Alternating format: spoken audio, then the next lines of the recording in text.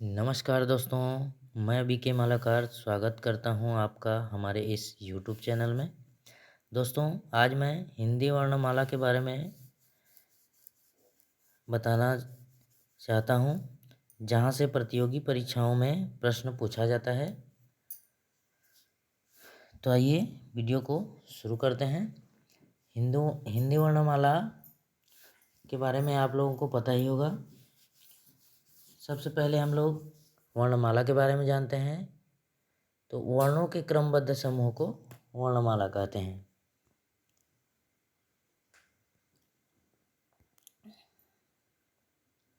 है ना, आप सभी को पता ही होगा।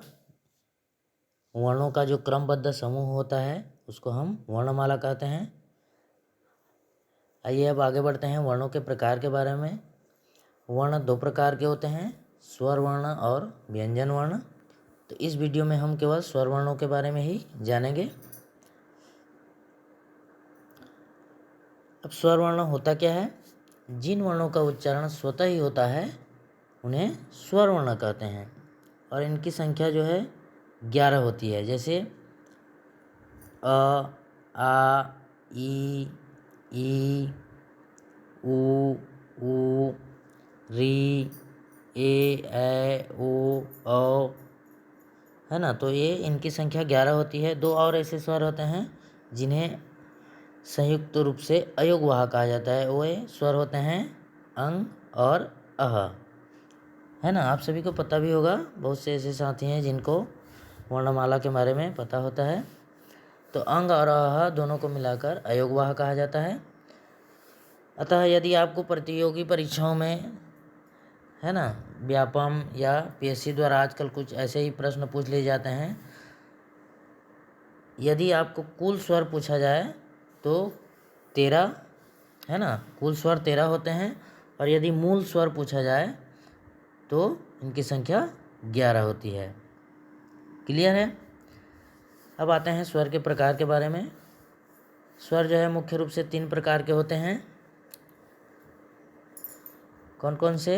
हर्ष स्वर, दीर्घ स्वर और प्लुत स्वर। अब हम हर्ष स्वर किसे कहते हैं?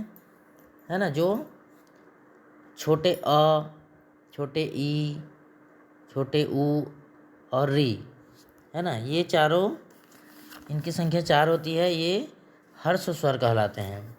और दीर्घ स्वर मतलब, दीर्घ मतलब बड़ा, है ना, जैसे बड़े आ, बड़े ई, बड़े ऊ, ए, ओ, औ। ये 7 जो है दीर्घ स्वर कहलाते हैं। अब अगला है प्लुत स्वर। है ना, प्लुत स्वर किसे कहते हैं? ये जो एस प्रकार का जो आधा अ लिखा जाता है ना, तो उसे हम प्लुत स्वर कहते हैं। जैसे हमें ओम लिखना है तो ओ, अ, म, तो ये जो बीच में एस प्रकार का आधा अ लिखा जाता है उसी को प्लुत स्वर कहा जाता है। अब स्वर वर्णों को और भी 2 प्रकार में बांटा जाता है, जीभ के प्रयोग के आधार पर, और दूसरा है मुख द्वार खुलने के आधार पर। जीभ के प्रयोग के आधार पर 3 प्रकार के होते हैं, अग्रस्वर, मध्य स्वर, पश्च स्वर।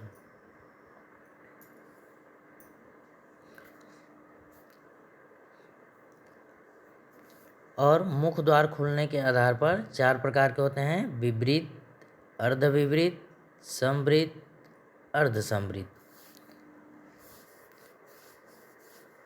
आइए देखते हैं जीभ के प्रयोग के आधार पर 3 प्रकार के स्वर कौन कौन से होते हैं। तो अग्रस्वर किसे कहते हैं?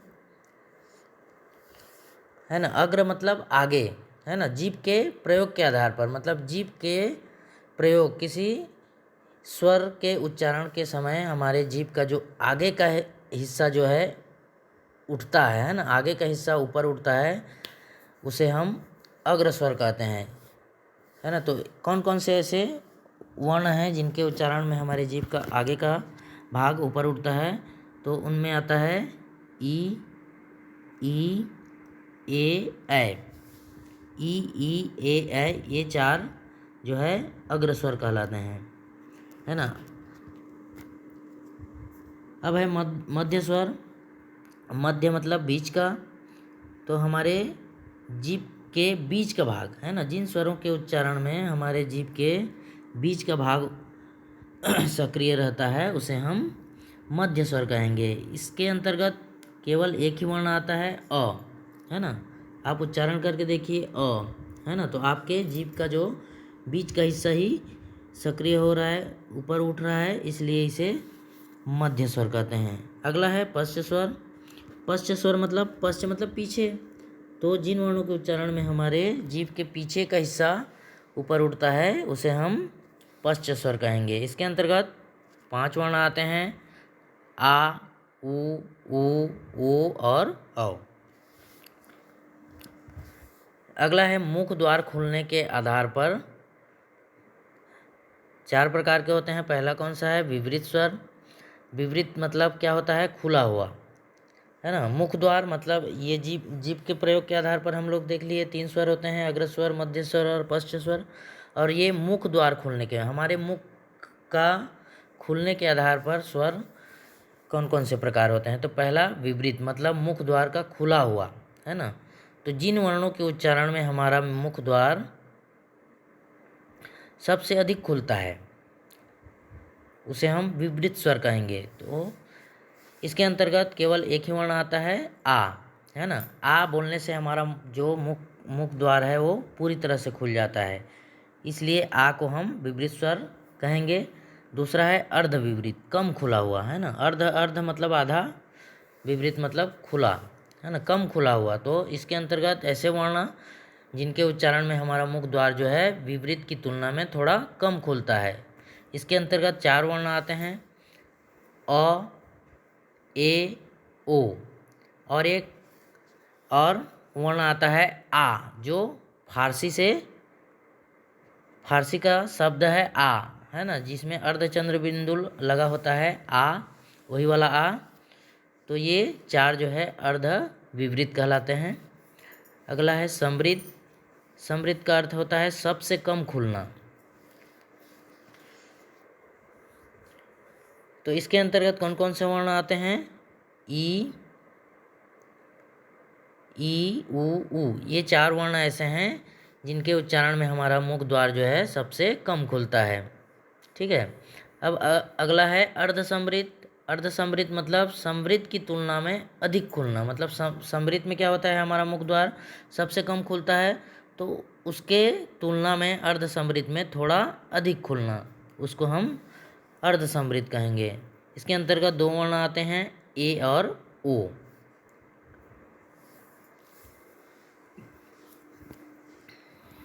ये हो गया आपका स्वरों के प्रकार के बारे में कुछ नोट्स दिया गया है ना। यहाँ से भी आपको प्रश्न पूछा जाता है। इसके अलावा सभी स्वर घोष हो या उसे घोष या सघोष भी कहते हैं, है ना। इसके अलावा सभी स्वर घोष या सघोष वर्ण होते हैं। आपको स्वरों के बारे में भी पूछ दिया जाता है कि घोष वर्ण कौन सा है, अघोष वर्ण, सघोष कौन सा है। तो सभी स्वर जो है घोष वर्ण होते हैं।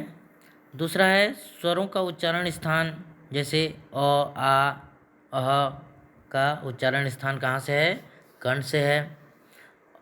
अ, आ और अह का उच्चारण स्थान कंठ है। ई और ई का उच्चारण तालु से होता है। री का मूर्धा से। ए ऐ का कंठ और तालु से। ओ औ का कंठ और ओष्ठ से, जिसे कंठोष्ठ भी कहा जाता है। तो इस तरह से आपको स्वरों का भी उच्चारण स्थान परीक्षाओं में पूछ दिया जाता है। और तीसरा है आ। ये जो आ है इसे आगत स्वर कहा जाता है, जो फारसी भाषा से आया है। खास करके फारसी भाषा में इसका उपयोग किया जाता है और आजकल हिंदी में भी इसका प्रयोग प्रचलित हो चुका है, इसलिए इसे आगत स्वर कहा जाता है। तो ठीक है दोस्तों, मुझे आशा है कि आपको वीडियो पसंद आया होगा। यदि आपको वीडियो पसंद आया होगा तो इसे लाइक एवं शेयर ज़रूर करें। धन्यवाद।